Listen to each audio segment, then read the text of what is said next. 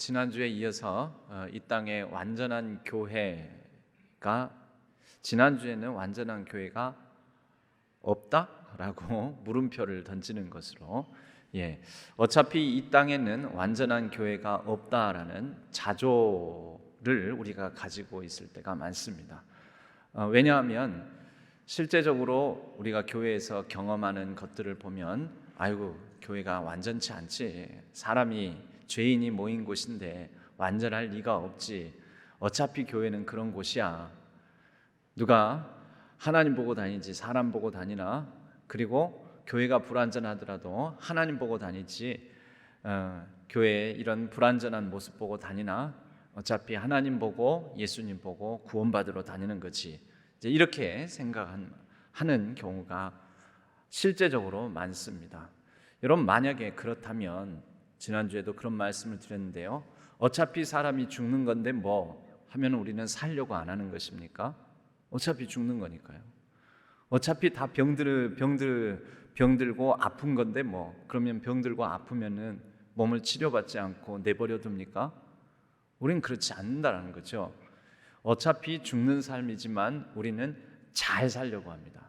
어차피 병이 들고 나면 죽을 수밖에 없는 유한한 존재이지만 이 유한 속에서 우리는 병이 들면 치료를 받고 또 병원을 가고 최선을 다해서 최상의 컨디션으로 내 주어진 건강을 지키며 그 나이대에 그래도 발휘할 수 있는 최상의 건강함을 우리는 지키려고 합니다.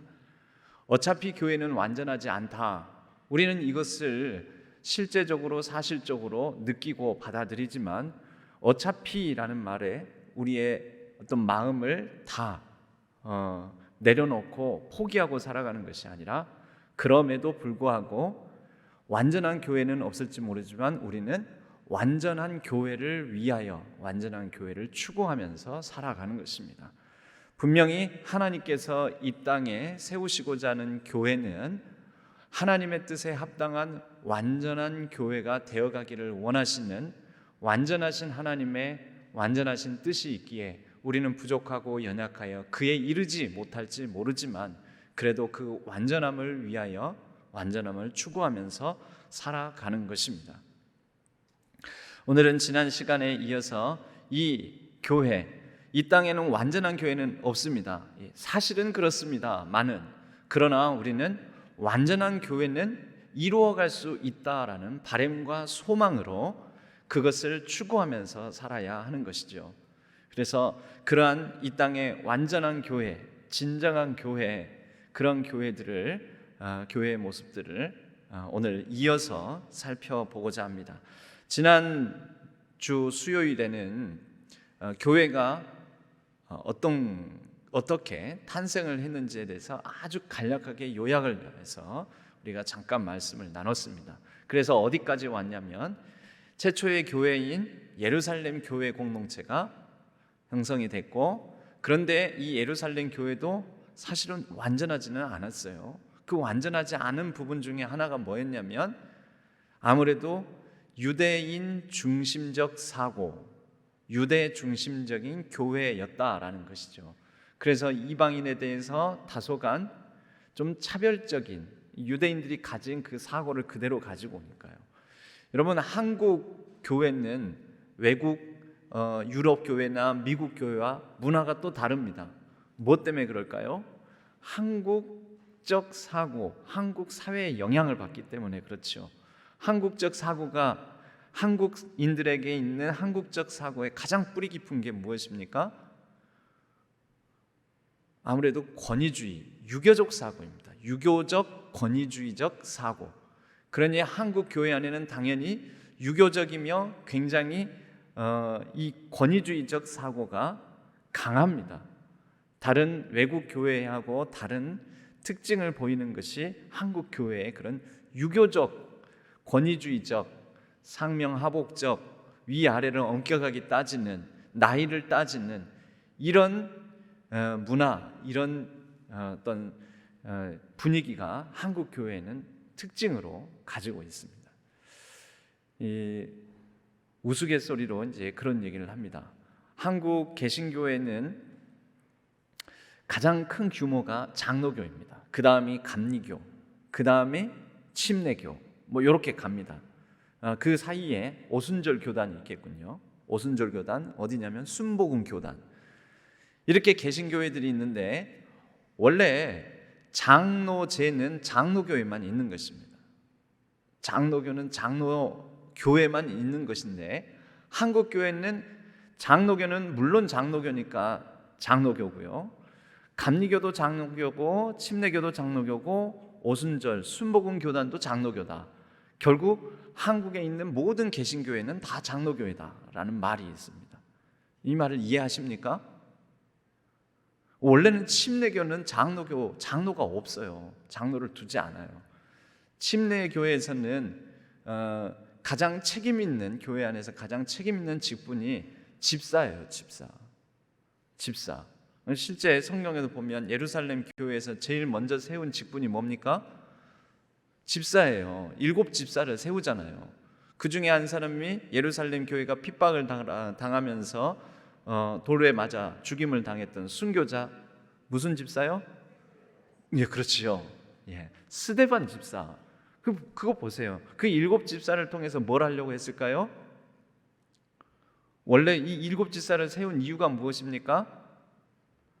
예, 예루살렘 교회가 가난하고 연약한 사람들을 돕는 구제를 합니다. 구제를 하는데 그때 당시에 구제의 대상이 된 사람이 사회적 약자이겠죠. 사회적 약자 중에 가장 많은 이 부분을 차지했던 사회적 약자가 과부들이었어요.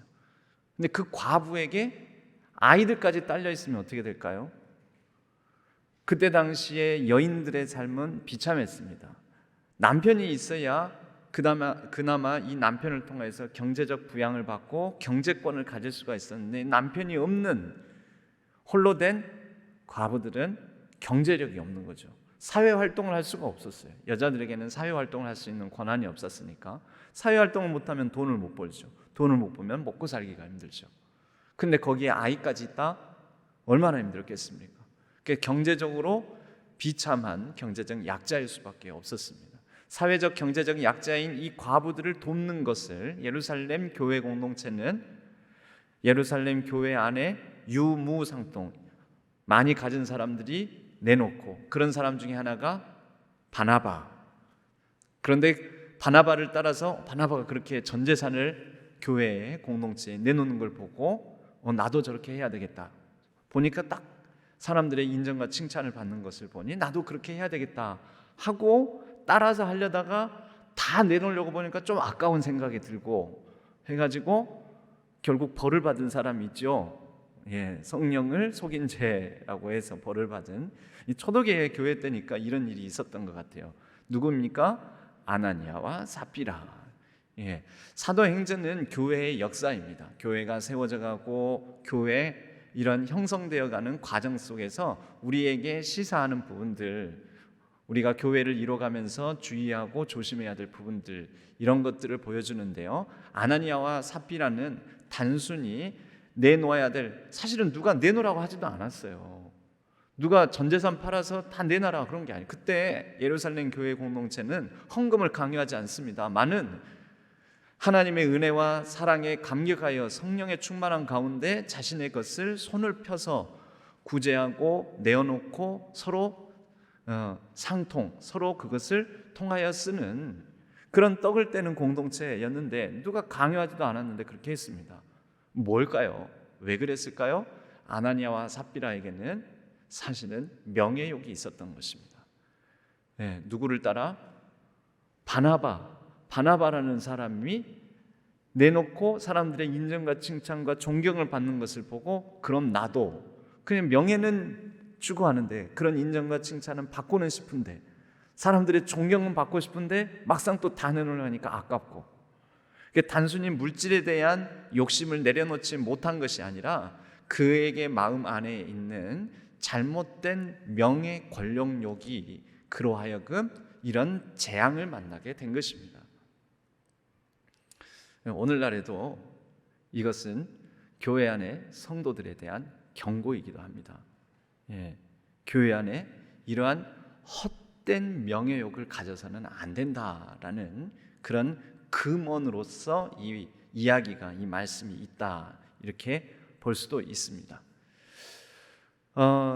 이렇게 원래 집사 직분이 사실은 귀한 것입니다. 굉장히 귀한 것입니다. 그런데 집사 직분의 가장 중요한 역할은 뭐냐면, 원래 세워질 때 이 7 집사들은 방금과 같이 예루살렘 교회 공동체에 들어온 많은 이제 헌금들, 가난한 자들, 연약한 자들과 함께 나누어 쓰기를 원하는 헌금들을 사도들이 이것을 가지고 나누고, 유대인 과부들, 헬라인 과부들 다 돌보면서 하자니 무슨 일이 생기냐면은 아무래도 힘에 부치는 거죠. 하루에 몰려드는 사람이 수백 명, 수천 명씩 되는데 먹이는 것만 하더라도, 밥 먹는 것만 하더라도 어마어마한 양이고, 또 구제를 하는 데에도 엄청난 사람들을 돕고 섬겨야 되는데, 사도들이 생각하기에, 베드로를 비롯한 사도들이 생각하기에 우리가 이 구제 일을 행하는 데에 이 에너지를 쓰다 보면 말씀을 전하고 기도하는데 아무래도 영향을 받는다. 우리가 말씀과 기도에 소홀하기 쉽겠다. 그러니까 이것도 잘 못하고 저것도 잘 못할 형편에 놓인 거지요. 자꾸 유대인 과부들은 아무래도 더 잘 챙기게 되고, 헬라인 과부들, 이방인 과부들은 잘 못 챙기지는 일들도 생기더라는 거죠. 효율적인 구제 사역도 안 될 뿐더러 말씀과 기도 좀 더 본질적으로 사도들이 해야 될 부분들도 소홀하게 되니, 우리는 기도하고 말씀하고 기도하는 것에 전무, 온 힘을 다 쏟고 이러한 구제하는 일, 다시 말해서 예산을 집행하고 이 예산을 통하여서 분배하고 섬기는 이런 일들을 위해 사람을 세우자. 그래서 7 집사가 세워진 것입니다. 여러분, 이것을 바탕으로 놓고 볼 때 오늘날에도 교회를 섬기는 집사의 직분의 가장 시초와 본질적인 집사 직분의 중요한 일이 바로 이것이라는 것을 우리가 알아야 됩니다. 교회 안에 구제, 섬김, 나눔, 이런 걸 통하여서 전도, 선교, 이러한 다양한 부분에서의 섬김과 봉사의 직무를 감당하기 위하여 성령과 믿음, 지혜가 충만한 사람들을 선택하여 그들을 안수하고 세운 사람들이 집사인 것이죠. 그래서 침례교회에서는 집사만 있습니다. 제일 중요한 직분자들이 집사고요, 장로가 없어요. 그런데 침례교회에서 장로가 생기게 된 거죠. 언제부터냐면, 제가 알기로는 저희 나라에 그 올림픽이 열릴 때 박세직이라는 분이 올림픽 그 조직위원회 위원장이셨어요. 근데 이분이 크리스찬입니다. 침례교인입니다. 침례교인인데 본인은 집사예요. 그래서 이제 크리스천들끼리 모이는 이런, 그때는 이렇게 사회적 지위가 높은 분들에도 가운데에도 대부분 크리스천들이 많고, 특히 이렇게 조직위원장, 또 무슨 의원, 장관 하는 분들 가운데는 장로님들이 많더라는 거죠. 서로 소개를 하면서, 아유, 어느 교회 다니십니까? 출석하십니까? 아무개 교회 다닙니다. 그래요. 그러면 그 교회에서 뭐 직분이 무슨 직분을 가지고 계십니까? 저는 장로입니다. 근데 이제 박세직 위원장, 나는 집사입니다. 뭔가 이게 격이 안 맞는 것 같은. 마치, 아유, 어느 회사 다니십니까? 예, 아무개 회사 다닙니다. 직급이 무엇입니까? 저는 이사입니다. 근데 저 사람 뭐라 하냐면, 저는 부장입니다. 한 사람은 이사고 한 사람은 부장이고, 격이 안 맞는 것 같잖아요. 나보다 더 직급이 낮구나. 마치 그런 느낌적인 느낌이 드니까, 안 되겠다, 격을 좀 맞춰줘야 되겠다 하고, 그때 당시 수원 중앙침례교회, 그 유명한 김장한 목사님이 심호하셨던 그 교회에 이 출석을 하신 걸로 제가 알고 있는데요. 이거 서로 사회생활 하거나 하면서도 이게 좀 뭔가 안 맞다, 크리스천 모임하는데도 격이 안 맞다 해가지고 침례교회 최초로 그때 장로 직분이 생기게 된 거예요. 호칭 장로, 일명 호칭 장로라고 합니다. 침례교회에서는 장로의 권한이 따로 없거든요. 원래 집사 직분들이 다 하거든요. 그래서 호칭 장로가 생겼는데 그 다음에 감리교도 장로가 생기고요, 성결교도 장로가 생기고 다 장로가 생긴 거죠. 왜 그럴까요? 한국적 교회라서 그래요. 한국적 사고에서는 장로 정도 돼야 뭔가 권위가 있고 뭔가 높은 사람이고 교회에서도 격이 조금 되는 사람인 것처럼 여겨지는 거죠. 유교적 사고방식 때문에 그렇습니다. 여러분, 이렇게 우리는 그 시대와 그 나라와 그 민족의 어떤 사고방식의 영향을 받아 교회를 형성하기도 합니다. 왜요? 교회는 이 땅에 있기 때문에 그렇습니다. 그러면 그게 교회일까요? 여러분, 장로교든 감리교든 침례교든 어디든 장로가 있으면 그게 교회입니까? 아니죠. 진짜 교회가 있을 거 아닙니까? 진정한 교회가 있을 거 아닙니까? 하나님께서 말씀하시고 가르치는 교회가 있을 거 아닙니까? 여러분, 우리는 그것을 추구해야 됩니다. 교회에서, 특히 장로교회에서는 일반 우리 평신도 우리 성도님들은 장로가 되는 것을 목표로 삼은 분들도 있습니다. 그 장로가 되는 것이 신앙생활의 성공이고 어떤 이 교회 생활을 하는 데 있어서 그 교회를 출석하는 데서 최고의 목표를 이루는 것입니까? 그렇지가 않습니다. 교회 생활을 하고 신앙생활을 하는 최종적인 목표는 그게 아니고 하나님의 뜻을 더 잘하라, 하나님의 뜻을 이 땅에 보여주고 드러내고 살아내고 예수 그리스도를 주로 메시아로 고백하며 그분의 뜻을 따라 메시아를 따르는 사람으로 온전히 점점 더 자라고 성숙하고 그렇게 삶을 살아가며 그런 삶을 드러내어 영광을 드러내는 것, 그것이 그리스도인 크리스천의 목표입니다. 장로 되는 게 목표가 아니고요, 뭐가 되는 게 목표가 아니고요. 우리는 주 예수 그리스도를 따라 이 세상에 있지만, 그래서 이 세상에 영향도 받지만 이 세상 안에 있으나 이 세상에 속하지 않은 자로 살아가는 것이 우리가 교회를 다니고 교회를 이뤄가고 그리고 교회를 통하여서 우리가 말씀을 듣고 그렇게 그리스도 예수의 사람으로 분별력을 더해가며 자라가는 이유라는 것입니다. 이것이 제일 중요한 교회 다니는 목적입니다. 물론 교회를 다니며 주 예수 그리스도를 주로 고백하여 구원함을 받는 것, 여러분, 이것은 제가 일전에도 말씀드렸다시피 목적이 아닙니다. 왜냐하면 세례를 받으면서 이미 예수를 주로 고백했거든요. 그러면 천국 시민권을 갖게 된 거거든요. 이미 목표 달성을 했어요. 목표 달성을 했는데 계속해서 이미 달성을 했는데 계속 구원받는 게 목표라면 말이 안 되잖아요. 이미 달성을 했다니까. 이미 구원을 확보를 해놨어요. 이미 하나님의 자녀가 되었어요. 권세를 얻었어요. 하늘의 시민권을 얻었어요. 그래서 우리는 죽으면은 하나님께로 갑니다. 하나님께서 책임져 주십니다. 그것을 믿습니다. 그러면 이미 목표 달성을 다 한 거죠. 목표 달성 다 했는데 계속 그것만을 목표로 삼는다면 모순이잖아요.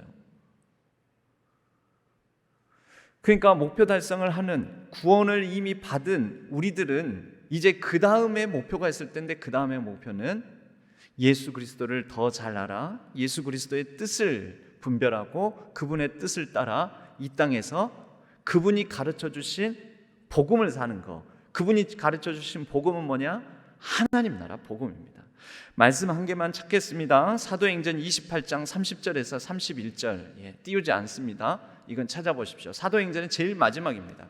제가 사도행전은 교회행전이라고도 불린다고 그랬죠. 성령행전, 교회행전, 교회의 역사, 교회가 추구해야 될 거, 교회가 목표로 해야 될 거, 교회의 남은 사명. 그래서 어떤 교회에서는 사도행전 29장이라 그래요. 왜요? 지금 현재의 모든 교회들은 사도행전 28장까지 성경은 쓰여졌는데 그 다음 29장은 오늘날 우리 교회들이 이뤄가야 될 거라는 거죠. 그래서 사도행전 29장, 신사도행전 이런 표현도 쓰고요. 신사도행전적 삶. 그러면 신사도행전적 삶 29장을 말하기 위해서는 28장의 끝이 어떻게 맺어지는지를 알아야 됩니다. 28장 마지막 30절에서 31절 말씀을 우리 다 같이 한 목소리로 읽겠습니다. 바울이 온 이태를 자기 셋집에 머물면서 자기에게 오는 사람을 다 영접하고 하나님의 나라를 전파하며, 거기 밑줄 하고 일, 쫙, 밑줄하고 1. 그 다음이요, 주 예수 그리스도에 관한 모든 것을 담대하게 거침없이 가르치더라. 이게 밑줄 긋고 2. 담대하게 거침없이 가르치더라. 2. 보십시오. 이게 바울이 한 일인데요, 바울만 해야 될 일입니까? 바울은 사도죠. 그러면 바울이 한 일, 사도가 한 일, 사도가 남겨준 마지막까지, 사도행전 마지막 장절에까지 남겨준 사도적 사명입니다. 이것 위에 교회가 서는 것이 사도와 선지자의 터 위에 서는 것입니다. 바로 이것이 모든 교회가 감당해야 될 사도적 역할이라는 거죠. 그럼 그 역할이 뭐냐? 하나님 나라를 전파하는 거. 그럼 하나님 나라가 뭔지 알아야 되겠죠. 그래서 하나님 나라를 가르쳐 주신 예수 그리스도의 가르침으로 우리는 돌아가는 것이죠. 그래서 계속 배워가는 겁니다. 하나님 나라에 대해서. 누가 가르치신? 예수님께서 가르쳐 주신 하나님 나라. 그 다음에 주 예수 그리스도의 관한, 이제 우리는 주 예수 그리스도께서 가르쳐 주신 것도 있지만 주 예수 그리스도가 누구인지, 주 예수 그리스도에 관한 지식을 우리는 배우고 익혀서 그 예수 그리스도에 관한 모든 것을 담대하게 거침없이, 주일날 나눴던 말씀으로 따지자면 그 남김없이, 후퇴 없이, 후회 없이 그렇게 담대하게 거침없이 가르치는 사명. 이 사명은 여기서만 말씀하지 않죠. 어디서도 말씀합니까? 마태복음, 복음서, 마태복음의 마지막 부분에서도 말씀하고 있죠. 세상 끝날까지 너희와 항상 함께 있을 것이다 라고 주신 말씀에 우리 주님께서 승천하시면서 남기신 대위임 명령, 지상 명령이 있습니다. 무엇입니까? 너희는 가서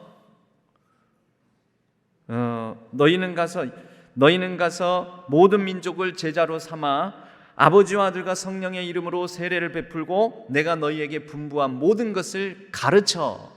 그럼 내가 너희에게 분부한 모든 것을 어떻게 하죠? 먼저 알아야지 가르치죠. 모르는데 어떻게 가르칩니까? 그러니까 알지도 못하고 막 자꾸 가르치고 알지도 못하고 말을 하면은, 그러면 이 사람은 예수 그리스도를 믿는 사람인데 맹탕이구나, 한 것도 모르는 사람이구나, 그렇게 되는 거죠. 모든 것을 가르쳐 지키게 하라. 그럴 때 볼지어다 내가 세상 끝날까지 너희와 항상 함께 있으리라. 그러니까 이게 바로 그 선지적 사명, 사도적 사명, 사도와 선지자의 터 위에 교회가 서가는 것, 교회의 역할. 바로 이것이 가장 중요한 교회의 역할이라면 교회를 구성하고 있는 교인들의 역할이라는 거죠. 그래서 이걸 끊임없이 우리는 배워가야 됩니다. 하나님 나라, 예수 그리스도의 가르침, 예수 그리스도에 관한 지식, 이런 모든 부분들에 대해서 잘 배우고 분별하여 담대하고 거침없이 전하는 것. 담대하고 거침없이 전하는 것은 그냥 전하는 것이 아니라, 말로만 하는 것이 아니라 삶으로 살아내는 것. 결국 하나님 나라의 삶을 살아내고 하나님 나라의 삶을 보여주고 그 하나님 나라의 삶을 살고 보여줌으로 가르치는 것입니다. 그것이 교회 공동체요, 교회 공동체에 속한 교인들의 역할이라는 것입니다. 그래서 예루살렘 교회, 안디옥 교회, 그리고 그 뒤에는 고린도 교회, 데살로니가 교회, 에베소 교회, 빌립보 교회, 골로새 교회. 근데 이 교회들도 다 어땠습니까? 완전했습니까? 불완전했습니까? 불완전했죠. 그 중에 특히 고린도 교회는 그 불안함이 얼마나 컸던지, 이 불안한 고린도 교회를 사도 바울도 그대로 두고 볼 수가 없어서 몇 차례 걸쳐서 편지를 씁니다. 우리가 알고 있는 편지는 고린도 전서와 고린도 후서만 있지만 사도 바울이 썼던 편지가 이보다 앞서 쓴 편지, 근데 우리에게는 전해지지 않아서 몰라요. 그 내용이 고린도서에 나와요. 앞서 쓴 편지에 말하기를 이렇게 나옵니다. 그러면 그 전에 편지가 있었다는 거죠.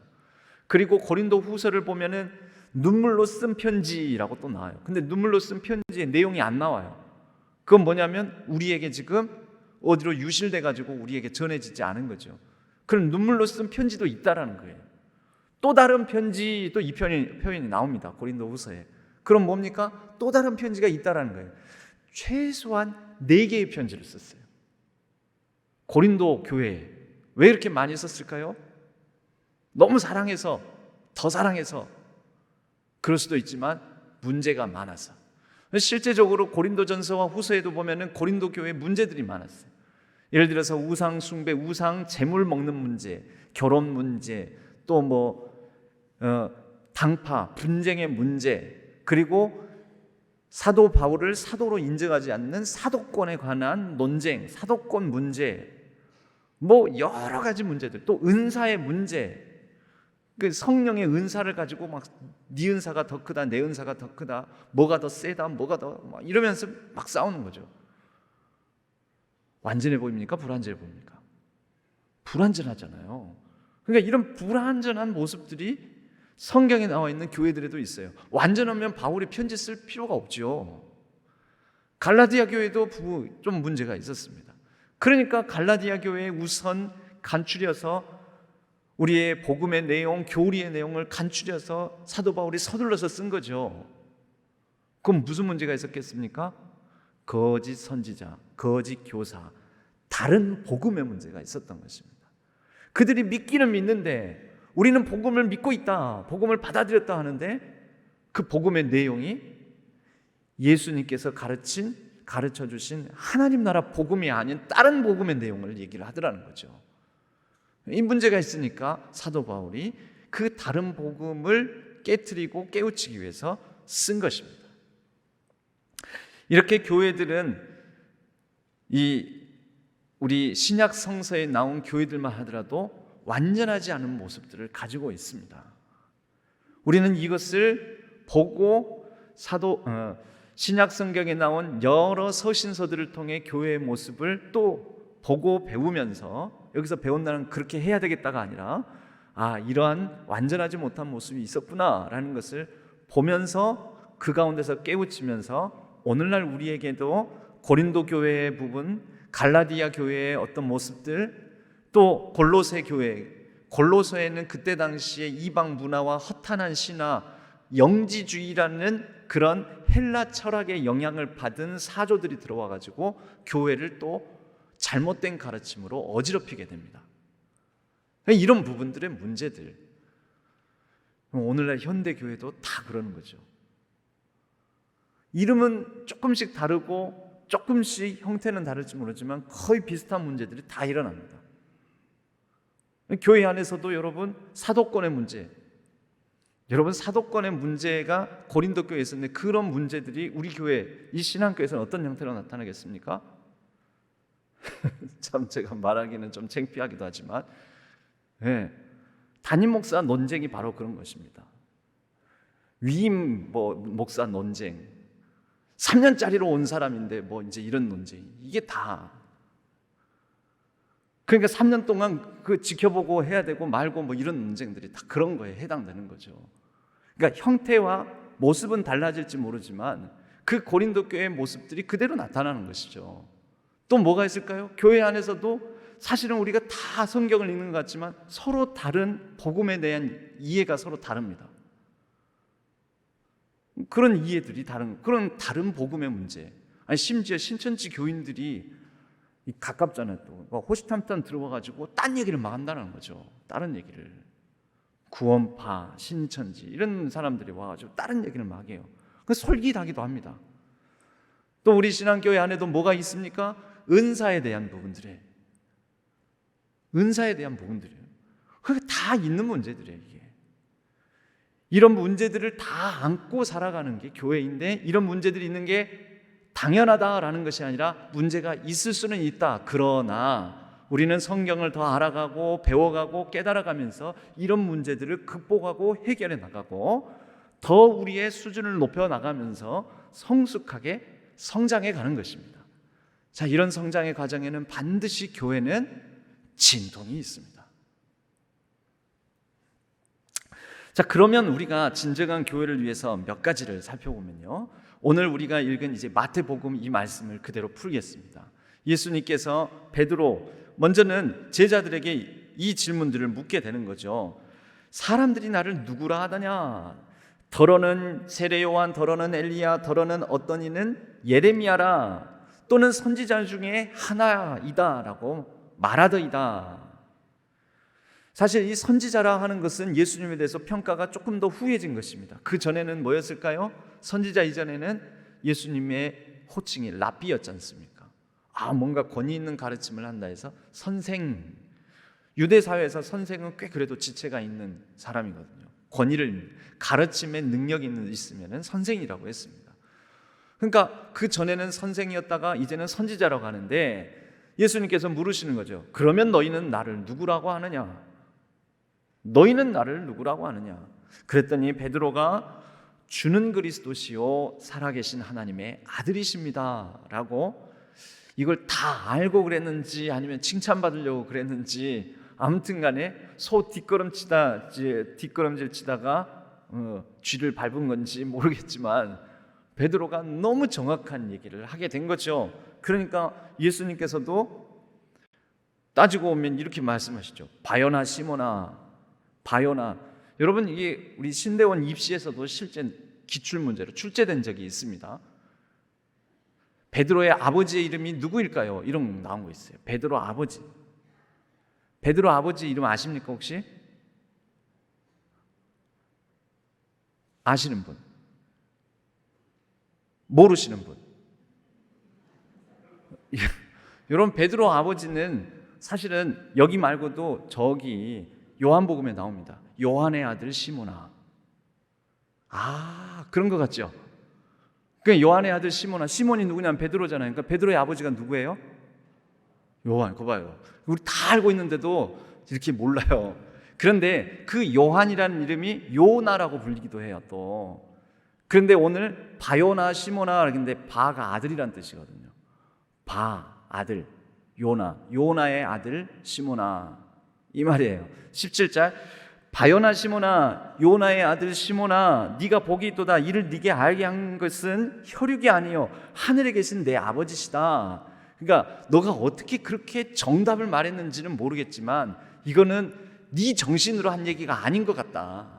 이거 하나님 아버지께서 알려주신 것 같다 라고 말씀하시면서 예수님께서 그에게 이제부터 내가 너에게 이르노니 너는 베드로라. 그 전에 이름은 뭡니까? 시몬.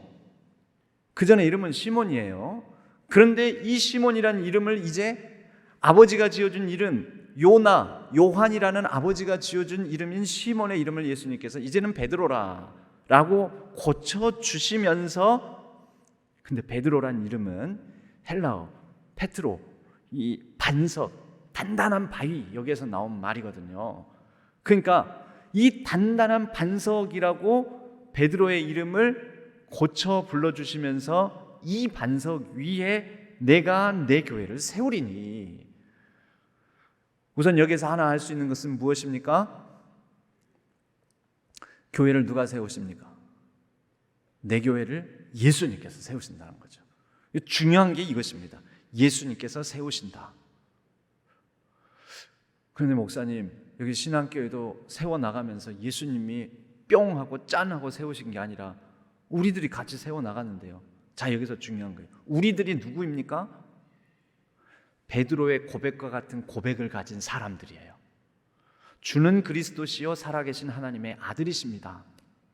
그 고백을 가진 사람들이 주는 그리스도시요 살아계신 하나님의 아들이시니, 그리스도요 살아계신 하나님의 아들께서 원하시는 뜻이 무엇인지를, 그것을 믿는 사람들이 모여서 함께 예배와 기도로 분별하는 것입니다. 그 뜻을. 그래서 주님께서 이렇게 세워가기를 원하시겠다라는 것을 같이 기도와 말씀으로 예배드리면서 분별하여 그 분별된 뜻을 가지고 세워나갈 때 주님께서 세워가시는 교회가 되는 것이죠. 그러므로 교회는 주님이 세워가신다라는 것은 뭐냐면 재해석을 하면 주님께서 세워가시는 방향과 그 뜻을 믿고 분별하는 사람들이 함께 공동체를 이루어 공동체적 분별력을 가지고 그 주님의 뜻을 따라서 세워가는 것이다 라는 것이죠. 내 뜻으로 세우는 게 아니고, 어느 특정 누군가의 뜻으로 세우는 것도 아니고, 어떤 무리의 뜻을 가지고 세우는 것도 아니고, 단순히 장로님들의 뜻으로 세우는 거 아니고, 단순히 안수 집사님들의 뜻으로 세우는 거 아니고, 권사님들의 뜻으로 세우는 거 아니고, 또는 특정 몇몇 목소리 큰 사람들의 뜻으로 세우는 것 아니고, 함께 더불어 기도와 말씀으로 우리 주님의 뜻이 무엇일까를 예배 공동체를 이루며 그 예배 가운데 분별하면서 그 뜻을 따라서 같이 세워가는 것입니다. 그렇게 세워나가면 주님께서 세워가시는 주님의 교회가 되는 것입니다. 교회는 이제 유기체입니다. 유기체.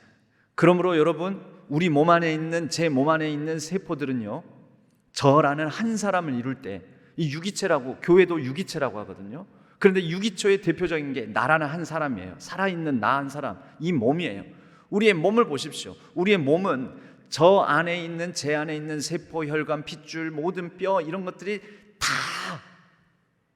지 혼자 잘났다고 하지 않고, 모든 이 제 몸 안에 있는 세포, 이것들이 다 하나가 되어서 서로를 배려하고 사랑합니다. 배려하고 사랑해요. 이게 유기체라는 말에 담긴 뜻입니다. 배려하고 사랑하는데, 여러분, 우리 몸은 유기체인데 배려하고 사랑하다가 가끔 우리 유기체인 몸 안에도 그렇지 못한 세포들이 생기기도 합니다. 그걸 뭐라고 합니까? 우리 몸 안에 있는 세포들이 서로를 배려하고, 그래서 세포는 끊임없이 수명을 다하면 죽고 생성되고, 죽고 생성되고, 죽고 생성되고, 우리 피부 하나도 죽고 생성되고, 죽고 생성되고. 그래서 여러분, 그 지워지지 않는, 비누로도 지워지지 않는 잉크 같은 것이 쫙 묻는데 시간이 지나면 이게 없어져요. 여러분, 사실 왜 없어지는지 아십니까? 그 잉크 때가 빠지는 게 아니고요, 사실은 그 잉크가 묻은 세포, 피부의 표면 세포들이 시간이 지나면서 죽어서 떨어져 나갑니다. 물이 빠지는 것도 있지만 이게 떨어져 나가면서 자연스럽게 우리 피부에 묻은 그때 얼룩 잉크들이 빠져나가는 거죠. 끊임없이 이렇게 죽고 생성되고, 죽고 생성되고, 이런 과정들이 유기체 안에서 서로를 배려하면서 잘 이뤄가는데, 그렇지 않은 세포들이 생긴다는 거죠. 가끔 어떤 세포들이 생깁니까? 지 혼자만 잘 살겠다는 세포들이 생겨요. 우리는 그 세포들을 이름하여 한자로 뭐라고 하냐면 뭐요? 암이라고 그래요. 암. 이 암 세포들은 그 이상적으로 과다 증식하는 세포예요. 이상적으로 과다 증식하는 세포. 아니, 지 혼자만 그렇게 계속 커나가면 안 되는데 막 커나가는 거예요. 어디까지 커나가냐면 지가 머물면서 살아야 될 자리가 아닌 옆에 있는 다른 장기들, 다른 기관들에까지 막 퍼져나가는 거예요. 막 퍼져나가요.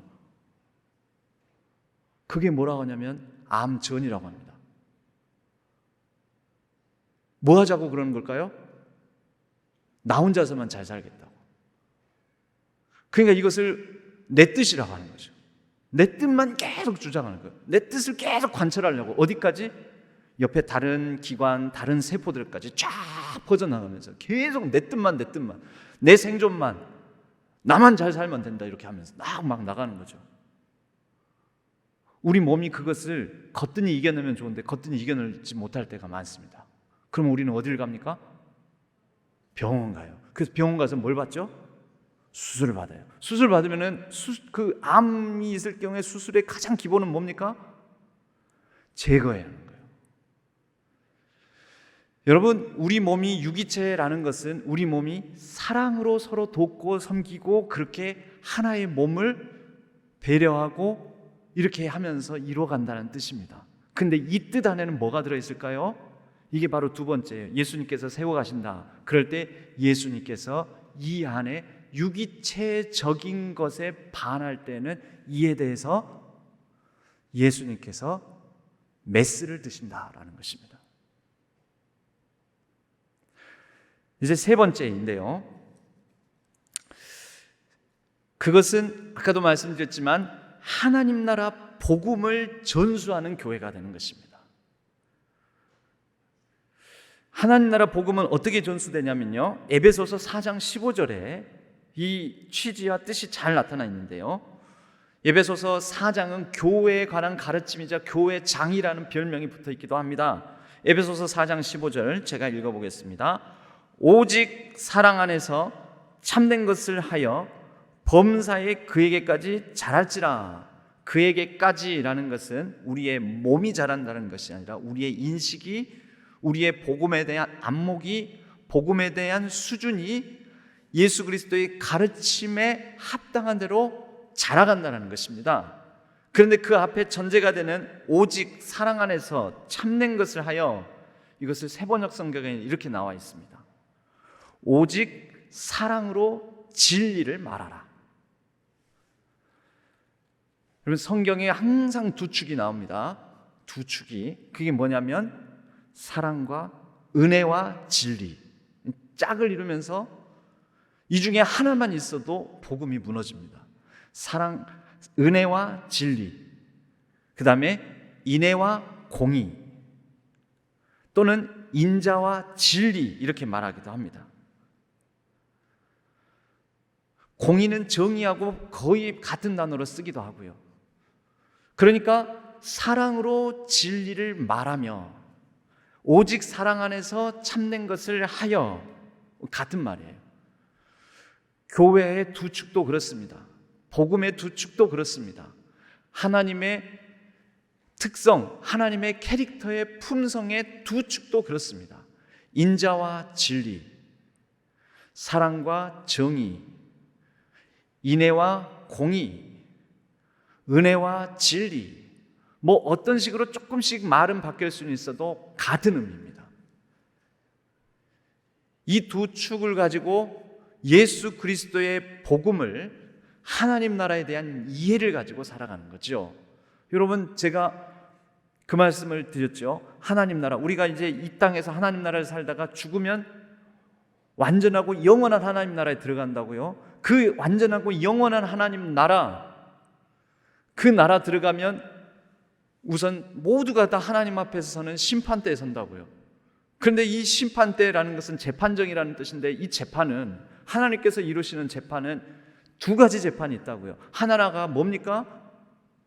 진리에 입각해서 형벌을 결정하는 형사재판이 있고요, 사랑에 입각해서 얼마나 힘들었니, 얼마나 아팠니, 얼마나 억울했니, 얼마나 고생했니, 이것을 보상해주는 민사재판이 있는 거예요. 하나는 사랑의 재판이고요, 민사재판은 사랑의 재판이죠. 야, 너 세상에서 이만큼 뺏기고, 이만큼 억울하고, 이만큼 못 누리고, 이만큼 부족하고, 이만큼 연약하게 참 고생했다. 그러니 내가 너에게 이렇게 후한상을 내린다. 보상해주는 민사재판이에요. 민사재판적 심판대에 서고요. 다른 하나는 진리, 정의, 공의에 입각해서 하나님께서 엄격하게 판단하시는 형사재판정이 또한 열린다라는 것입니다. 여러분, 이게 하나님의 두 축이에요. 그러므로 예수 그리스도를 믿고 아버지께로 나오는 자에게는 부활의 생명의 심판이에요. 생명의 심판. 그러니까 부활의 생명으로. 그렇지 않은 사람은요, 심판의 부활, 생명의 부활과 심판의 부활. 하나는 사랑, 하나는 정의, 진리, 이렇게 입각한 두 가지가 이루어진다라는 것입니다. 이제 마무리하고 마치겠습니다. 초대교회 제자 공동체는요, 예수님께서 이렇게 직접 세우신다고도 하고, 그 신앙의 믿음의 고백 위에 든든히 서간다고 하고, 그리고 예수님께서 친히 몸소 보여주시고 또 가르치시기까지 하나님 나라 복음이 있었는데요, 이것을 받들고 살아가는 초대교회 제자 공동체는 절대 많이 배우거나 훌륭한 사람들만 있지 않았습니다. 사회적 신분이 높은 사람들만 있지 않았습니다. 가장 연약한 평범 이하의 사람들, 최악의 구성원들, 또 최악의 상황, 주변 사회 상황이기도 했었습니다. 그런데 그런 가운데 있음에도 불구하고 그들은 아유, 인간이 다 연약하고, 아유, 우리같이 미천하고 부족한 사람들이, 아유, 우리같이 못 배운 사람들이, 아유, 우리같이 미성숙한 사람들이 어차피 완전한 교회에 이룰 수가 없어. 우리가 뭘 하겠어. 이렇게 약한데 어차피 우리는 부족하잖아. 이 어차피라는 말에 숨지를 않았습니다. 어차피에 숨지 않고, 우리가 비록 연약하고 부족하나 우리가 약할 그때 곧 강함이 될 것이며, 하나님께서 주님께서 세워가시니 우리는 그분의 뜻을 분별하여 그분의 뜻을 받들어 나간다면 우리는 주 예수 그리스도의 사랑을 누리며 그분께서 우리 모든 인류를 사랑하고 이 모든 인류를 위해서 오셨다라는 하나님 나라의 놀라운 소식을 전할 수 있을 것이며, 그 하나님 나라의 복음을 보여주고 살아가는 삶을 살아갈 수 있다. 그러므로 우리는 이것을 누리고 나누고 보여주고 가르치고 살아가며 점점 더 하나님 나라 그 예수 그리스도를 향하여 자라갈 수 있을 것이다. 그렇게 교회 공동체가 성장해 왔습니다. 그러한 신앙교회가 되기를 간절히 소망합니다. 어차피에 숨지 않고 어차피 완전하지 않아, 아유 어차피 우리가 뭘 하겠어가 아니라 그것에 가리지 않고 그것에 숨지 않고 그것에 매몰되지 않고 그것 때문에 포기하지 않고 소망을 가지고 그분의 교회, 그분이 원하시는 바 그 복음을 살아내고 배워가고 익혀가며 더 성숙해가고 더 성장해가는, 질적으로 양적으로 성장해가는 우리 신앙교회 되기를 주님의 이름으로 간절히 축복합니다.